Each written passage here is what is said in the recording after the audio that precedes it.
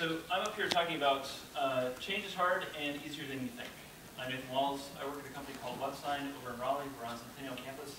And the problem that we solve is basically helping teachers teach and students learn.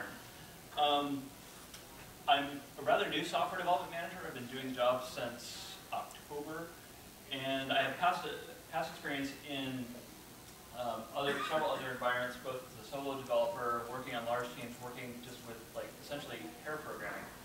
And what I've really kind of gathered over this amount of time is a lot of experience on what I want to see an environment do. And so when I got to WebSign, I saw a lot of things that I actually wanted to change about how I saw software development taking place.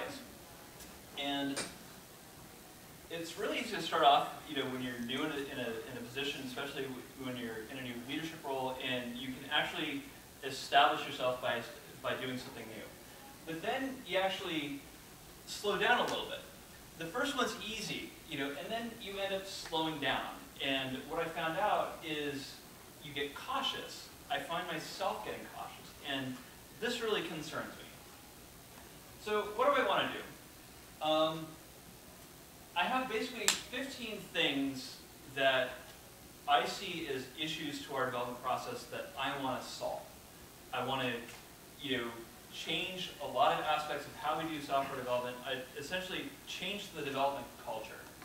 And unless I push for it to happen, it's not likely to happen. I mean, somebody else may take up a mantle of something like that, and they may get it done.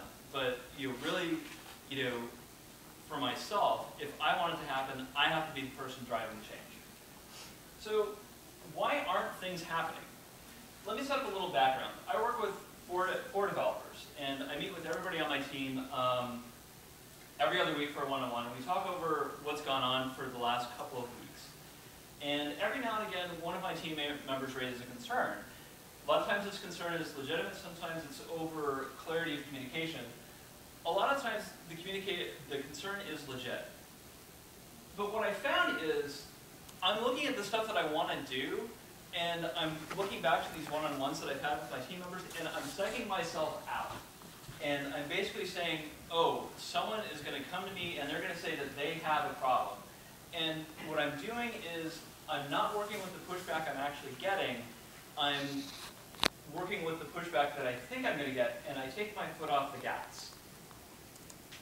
Why is this a problem? I'm going back to the 20 things or 15 things that I want to do. This is a partial list, adding test-driven development, improve our documentation and communication, code standards, that sort of thing. This is a big list, and when you're talking about changing development culture, any one of these things could take, a whole quarter to do, or a year, depending on how careful you tackle the problem. But I need to start thinking about this differently. I need to sell cultural change. I'm already committing the time to make sure that what I want to do is feasible. So I know that when I come to my team and I say, I want to do this, that I've already done the homework to say, this can happen.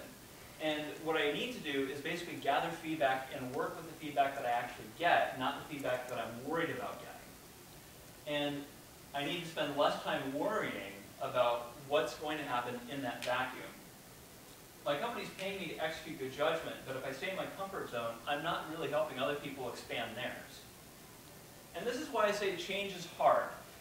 The hard part is actually figuring out what needs to happen, how you can fit it into your existing business, getting all the edge and corner cases resolved, solving a problem that everybody sees but doesn't really know how to actually start biting off and solving, and then actually saying, okay, this is how much of the problem that we're going to solve right now.